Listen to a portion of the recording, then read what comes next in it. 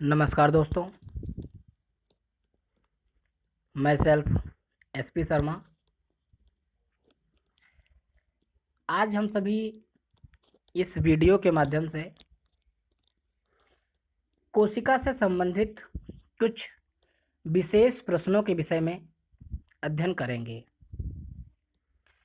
कोशिका अर्थात वह संरचनात्मक व क्रियात्मक इकाई जो हमारे शरीर का आधारभूत है, जिससे हमारे शरीर में समस्त ऊतक, अंग, अंगतंत्र बने हुए हैं। कोशिका के अध्ययन को कोशिका विज्ञान अथवा साइटोलॉजी कहा जाता है। कोशिका अर्थात सबसे पहले यह शब्द वैज्ञानिक रॉबर्ट हुक द्वारा खोजा गया तथा इसका सर्वप्रथम नाम सेलुला दिया गया। सेलुला अर्थात जिसका अर्थ होता है एक छोटा कमरा, अर्थात कोशिका जीवद्रव्य के संगठित द्रव्यमान से बनी संरचनात्मक तथा जैविक प्रक्रिया की इकाई है। जीवद्रव्य सुरक्षात्मक तथा चयनात्मक पारगम्य कला से घिरा होता है। यदि हम कोशिका की बात करें मित्रों, केंद्रक के आधार पर कोशिकाएं सामान्यतः दो प्रकार की होती हैं, प्रोकैरियोटिक कोशिका तथा यूकैरियोटिक कोशिका। प्रोकैरियोटिक अर्थात ऐसी कोशिकाएं जो अल्प विकसित हैं या जिनमें विकास नहीं हो पाया, ऐसी कोशिकाओं को प्रोकैरियोटिक कहते हैं। तथा ऐसी कोशिकाएं जिनका विकास पूर्ण रूप से या विकसित रूप से हो चुका है, उन्हें यूकैरियोटिक कोशिकाएं कहते हैं। तथा यदि हम जीवों को कोशिकाओं के आधार पर बात करें तो कुछ जीव एक कोशिकीय, कुछ बहुकोशिकीय होते हैं। तथा विषाणु को कोशिका रहित भी माना जाता है तथा इसे सजीव व निर्जीवों के बीच की कड़ी कहा जाता है। यदि एक कोशिकीय जीवों की बात करें तो प्रोटोजोआ या जीवाणु एवं बहुकोशिकीय जीव जैसे कि मनुष्य एवं विकसित पेड़ पौधे। कोशिका विज्ञान सूक्ष्मदर्शी के द्वारा कोशिका की संरचना तथा कार्यकी का अध्ययन कोशिका विज्ञान कहलाता है। कोशिका जीव विज्ञान कोशिका की संरचना, कार्य, वृद्धि, जैव रसायन तथा कार्यकी का अध्ययन कोशिका जीव विज्ञान कहलाता है। यहाँ पर मित्रों कुछ इंपॉर्टेंट पॉइंट मैंने अंडरलाइन भी किया है, आप सभी इसे ध्यान से देखेंगे कि रॉबर्ट हुक ने सन 1665 में सर्वप्रथम प्रिमिटिव अर्थात अविकसित सूक्ष्मदर्शी के द्वारा कार्क के पतले टुकड़े में शहद के छत्ते के समान या बेंजीन रिंग के समान कुछ संरचनाओं को देखा और उसे सेलुला नाम दिया। इसके पश्चात मैथियस स्लाइडेन, यह जर्मनी के वनस्पति वैज्ञानिक, एवं थियोडोर स्वान 1838 में, ये जर्मनी के प्राणी विज्ञानी थे। इन्होंने सन 1838 एवं सन 1839 में कोशिका सिद्धांत का प्रतिपादन किया। इनके अनुसार सभी जीवधारी कोशिकाओं तथा उनके उत्पादों से मिलकर बने होते हैं। कोशिका जीवन की मूल इकाई भी है। अब यदि हम कोशिकाओं की बात करें सामान्यतया, तो कोशिकाएं उपस्थिति के आधार पर दो प्रकार की होती हैं। यदि कोशिकाएं जीवों में पाई जाती हैं, यदि वह जंतु है तो जंतु कोशिकाएं, एवं यदि वह जीव पादप है तो पादप कोशिकाएं। अतः हम जंतु एवं पादप कोशिकाओं में अंतर की बात कर रहे हैं। पादप कोशिका की सबसे बाहरी कला कोशिका भित्ति होती है, जबकि जंतु कोशिकाओं में सबसे बाहरी कला कोशिका कला कहलाती है। पादप कोशिकाओं में कोशिका के मध्य एक बड़ा सा रिक्त स्थान होता है जिसे रिक्तिका कहते हैं, जबकि यह रिक्तिका जंतु कोशिकाओं में अनुपस्थित होता है। तारककाय,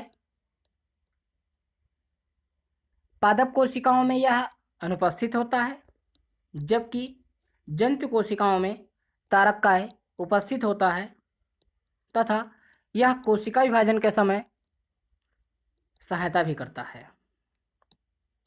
लवक, पादप कोशिकाओं में भोजन बनाने के लिए उपस्थित होते हैं, जबकि जंतु कोशिकाओं में यह अनुपस्थित होते हैं। पादप कोशिकाओं में भोज्य पदार्थों का संग्रहण मंड तथा वसा के रूप में होता है, जबकि जंतु कोशिकाओं में भोजन का संग्रहण ग्लाइकोजन तथा वसा के रूप में होता है। नेक्स्ट, यदि हम बात करें प्रोकैरियोटिक अर्थात अविकसित एवं यूकैरियोटिक अर्थात विकसित कोशिकाओं में अंतर की, तो प्रोकैरियोटिक दो वर्ड से मिलकर बना हुआ है, प्रो एंड कैरियोटिक। यह दोनों शब्द ग्रीक वर्ड से बने हुए हैं।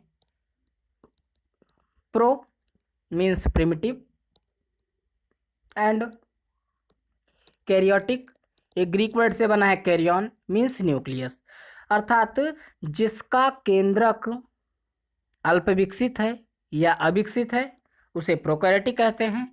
एवं यूकैरियोटिक दो वर्ड से मिलकर बना हुआ है, यू तथा कैरियोटिक।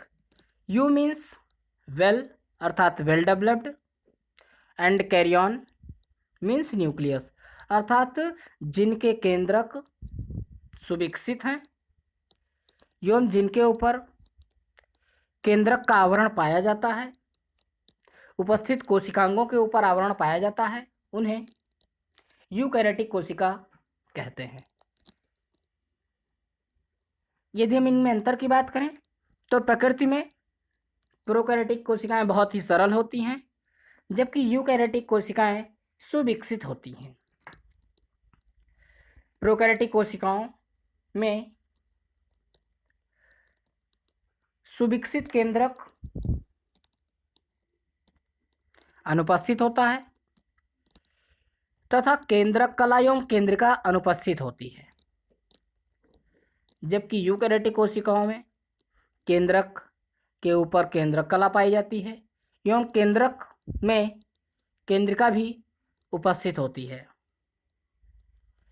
प्रोकैरियोटिक कोशिकाओं में डीएनए नग्न अवस्था में पाया जाता है, अर्थात यह प्रोटोप्लाज्म में रहता है, जबकि यूकैरियोटिक कोशिकाओं में डीएनए हिस्टोन प्रोटीन के साथ उपस्थित रहता है एवं इसके बाहर का द्रव्य न्यूक्लियोप्लाज्म कहलाता है। प्रोकैरियोटिक कोशिकाओं में माइटोकॉन्ड्रिया, गोल्जी काय, तारककाय, अंतःप्रद्रव्य बीजालिका अनुपस्थित होते हैं, जबकि यूकैरियोटिक कोशिकाओं में यह सभी कोशिकांग उपस्थित होते हैं। प्रोकैरियोटिक कोशिकाओं में प्रोटीन का संश्लेषण केवल कोशिका द्रव्य में होता है, जबकि यूकैरियोटिक कोशिकाओं में प्रोटीन का संश्लेषण कोशिका द्रव्य, माइटोकॉन्ड्रिया एवं लवक में होता है। प्रोकैरियोटिक कोशिकाओं में राइबोसोम 70S प्रकार का होता है तथा इसकी कोशिका भित्ति भी पतली होती है, जबकि यूकैरियोटिक कोशिका में राइबोसोम 80S प्रकार का होता है तथा इसकी कोशिका भित्ति भी मोटी होती है। नेक्स्ट, यदि हम इस स्ट्रक्चर को ध्यान से देखें, इसमें दिखाया गया है कोशिका को मुख्यतः 3 भागों में डिवाइड कर दिया गया है, जीवद्रव्य, रिक्तिकाएं एवं कोशिका भित्ति। कोशिका भित्ति यह कोशिका के सबसे बाहर की कला को कहते हैं एवं यह केवल पादप कोशिकाओं में उपस्थित होता है। रिक्तिकाएं, रिक्तिकाओं के मध्य रिक्तिका द्रव्य भरा रहता है। शेष मुख्य कोशिका में जीवद्रव्य होता है।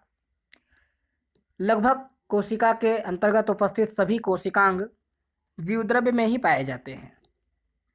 जीवद्रव्य को मुख्यतः 2 भागों में बांटा गया है, केंद्रक तथा कोशिका द्रव्य। केंद्रक अर्थात केंद्रक की सबसे बाहरी कला को केंद्रक कला, केंद्रक के मध्य भरे हुए द्रव्य को केंद्रक द्रव्य,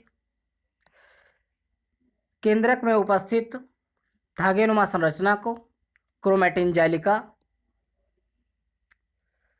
तथा केंद्रक में उपस्थित एक सर्कुलर स्ट्रक्चर अथवा सूक्ष्म गोलाकार संरचना जिसे केंद्रिका कहते हैं।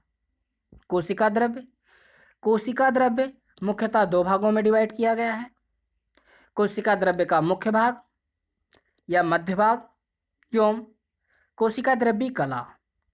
यदि कोशिका द्रव्य कला की बात करें तो प्लाज्मोलिमा तथा टोनोप्लास्ट होता है एवं कोशिका द्रव्य का मध्य भाग जिसमें कोशिकांग एवं कोशिका द्रव्य पाया जाता है। कोशिका द्रव्य में उपस्थित कोशिकांग जैसे अंतःप्रद्रव्य जालिका या इसे इंडोप्लाज्मिक रेटिकुलम भी कहते हैं, माइटोकॉन्ड्रिया, राइबोसोम, गोल्जी काय, तारक काय आदि।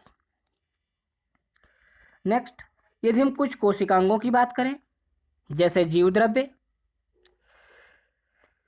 तो जीवद्रव्य का अध्ययन सर्वप्रथम साइंटिस्ट कार्टी ने किया। यह सजीवों का मुख्य आधार है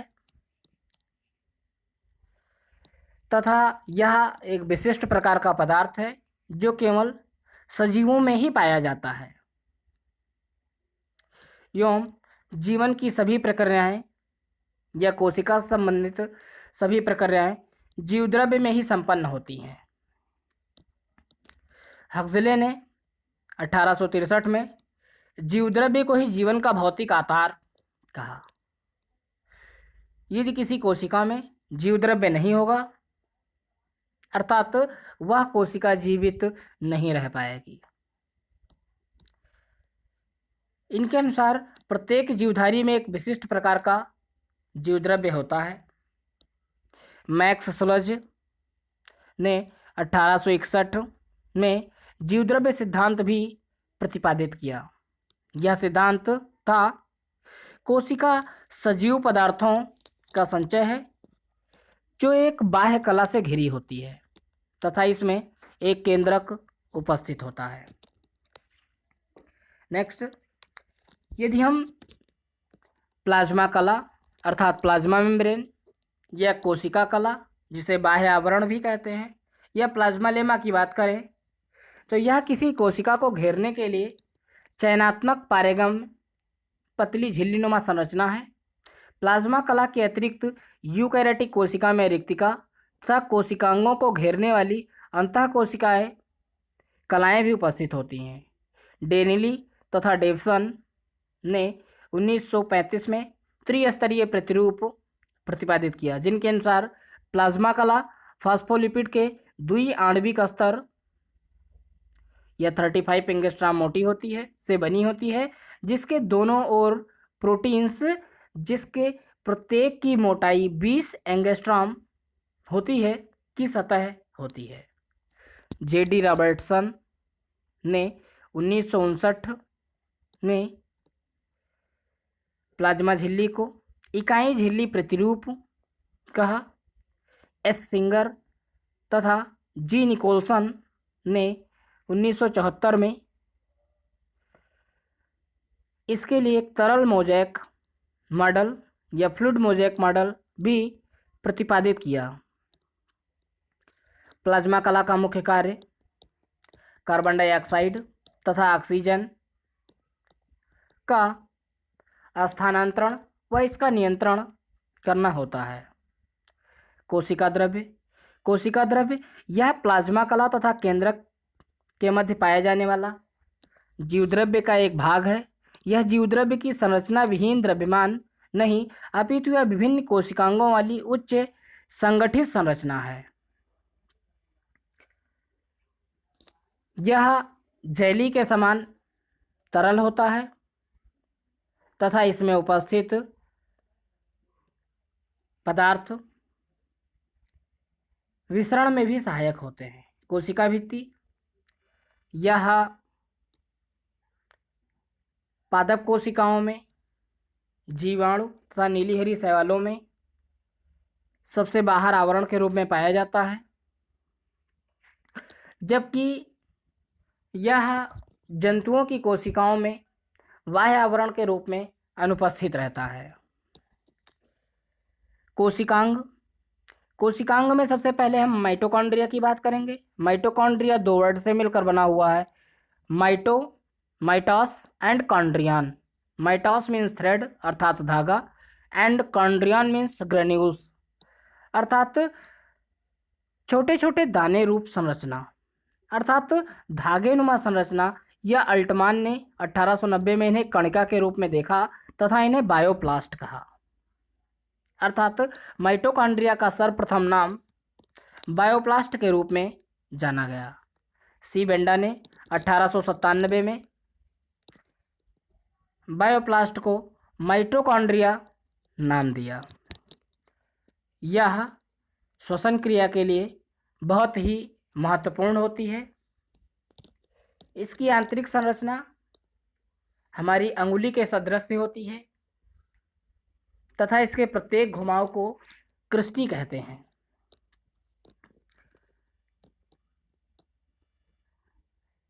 माइटोकॉन्ड्रिया में डीएनए, एमआरएनए एवं राइबोसोम पाए जाते हैं, जिनकी सहायता से ये प्रोटीन संश्लेषण में भी सक्षम होते हैं।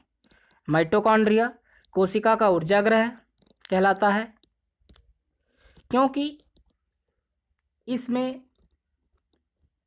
भोजन का ऑक्सीकरण होता है, जिसके फलस्वरूप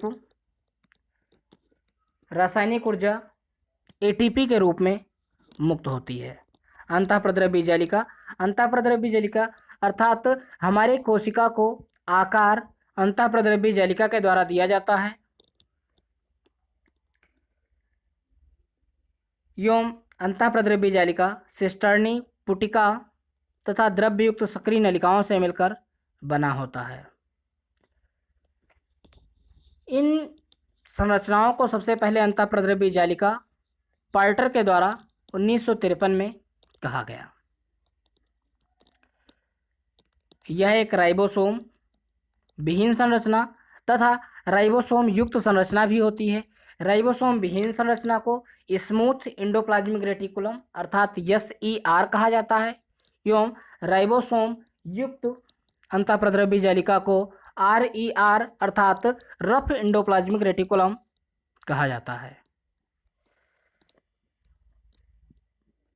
रफ एंडोप्लाज्मिक रेटिकुलम ग्लाइकोजन के भंडारण के लिए स्थान प्रदान करती है, जबकि स्मूथ एंडोप्लाज्मिक रेटिकुलम में ऐसा कोई कार्य नहीं होता है। राइबोसोम यह कोशिका का सबसे सूक्ष्म कोशिकांग है। राइबोसोम की खोज तथा इसका नामकरण पैलाडे के द्वारा 1955 में किया गया। राइबोसोम मुख्यतः दो प्रकार के होते हैं, 70S व 80S। 70S प्रकार के राइबोसोम प्रोकैरियोटिक कोशिकाओं में पाए जाते हैं तथा यह भी निम्न दो इकाइयों से मिलकर बने होते हैं, 50S तथा 30S। एवं 80S प्रकार का राइबोसोम यूकैरियोटिक कोशिकाओं में पाया जाता है एवं यह भी दो इकाइयों से मिलकर बना है, 60S व 40S। लाइसोसोम। लाइसोसोम एक ग्रीक वर्ड लिसिस एवं सोमा से मिलकर बना हुआ। लिसिस अर्थात स्प्लिटिंग अर्थात टूटना, सोमा मीन्स बॉडी, अर्थात इन्हें प्रायः आत्मघाती थैली या सुसाइड बैग के नाम से भी जाना जाता है। यह एकल झिल्लीयुक्त गोल थैलीनुमा संरचना होती है। यह यूकैरियोटिक कोशिकाओं में पाई जाती है। लाइसोसोम की खोज सर्वप्रथम क्रिश्चियन डी डुबे नामक वैज्ञानिक ने 1955 में की थी। इसके अंतर्गत लगभग 40 प्रकार के हाइड्रोलिटिक एंजाइम भरे होते हैं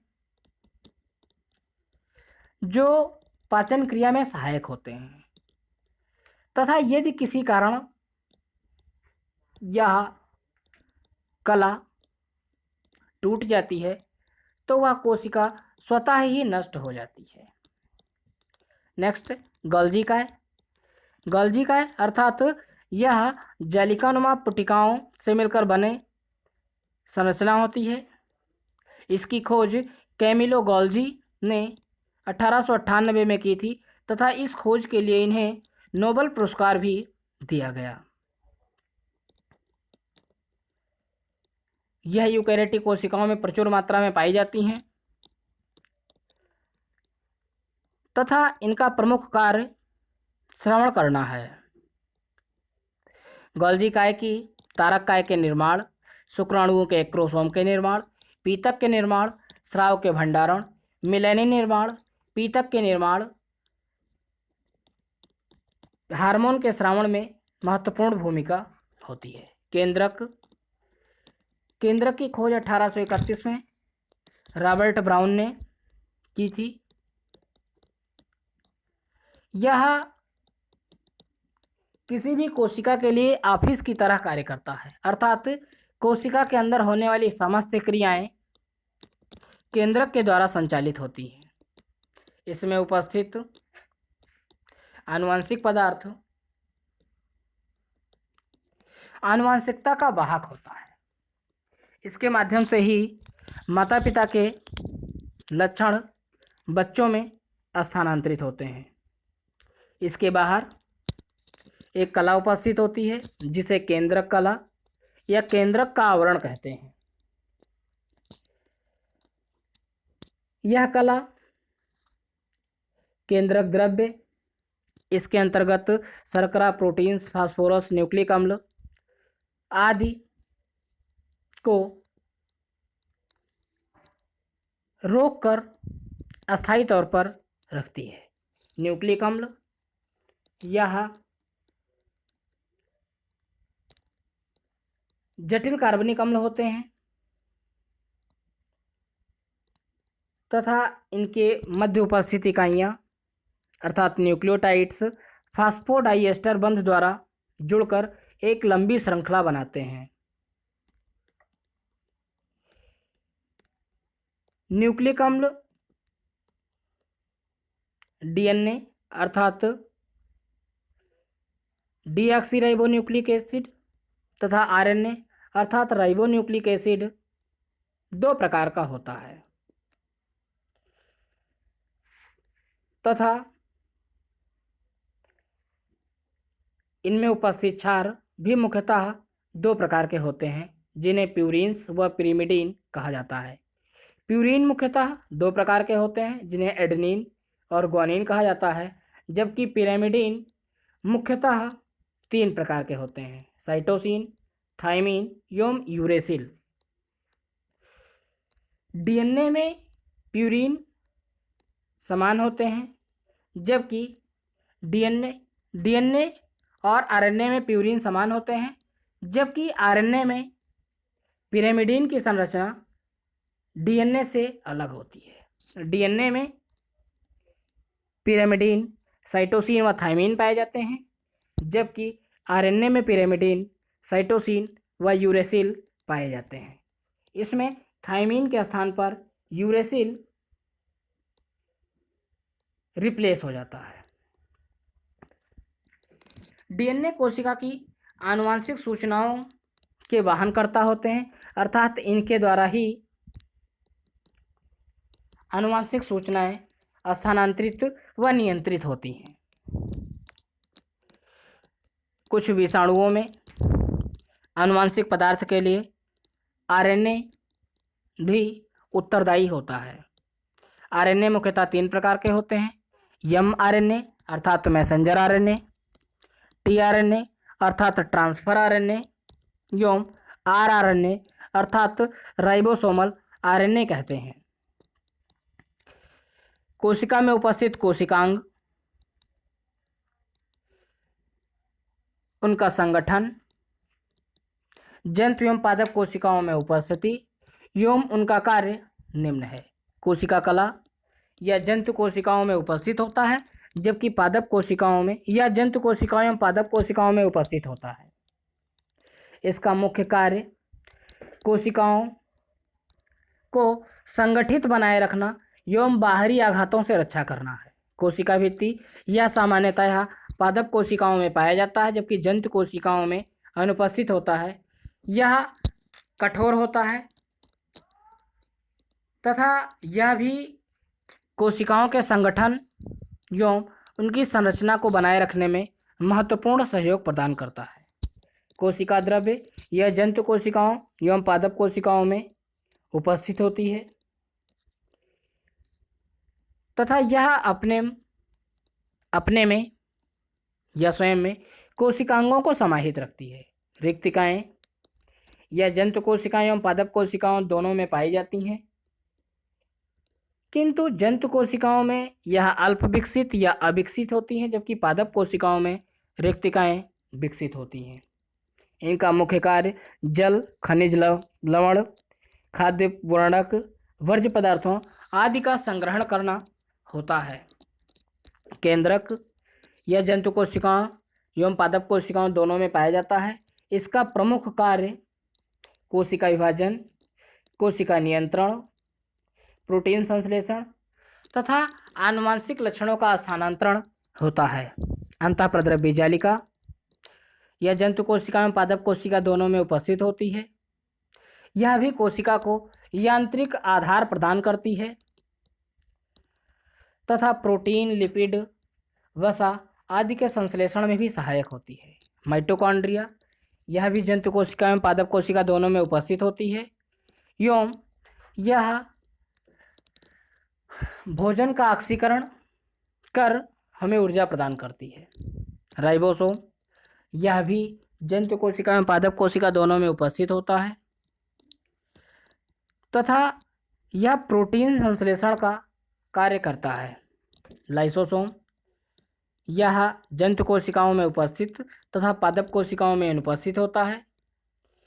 इनके मध्य उपस्थित एंजाइम पाचन में सहयोग करते हैं तथा यदि इनकी कला टूट जाए तो यह संपूर्ण कोशिका को मार लेते हैं, अर्थात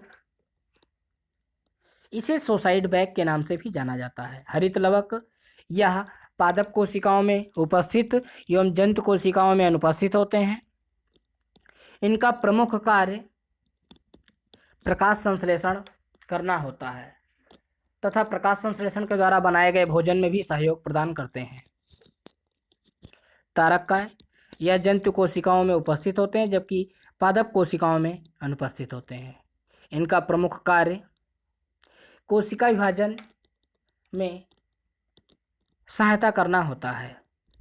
गॉल्जीकाय यह जंतु कोशिकाओं एवं पादप कोशिकाओं दोनों में उपस्थित होते हैं। इनका प्रमुख कार्य विभिन्न प्रकार के पदार्थों का परिवहन एवं रूपांतरण करना होता है। थैंक्स मित्रों, आप सभी इस वीडियो पर लाइक और कमेंट जरूर करें। Thank you. Thanks for watching video.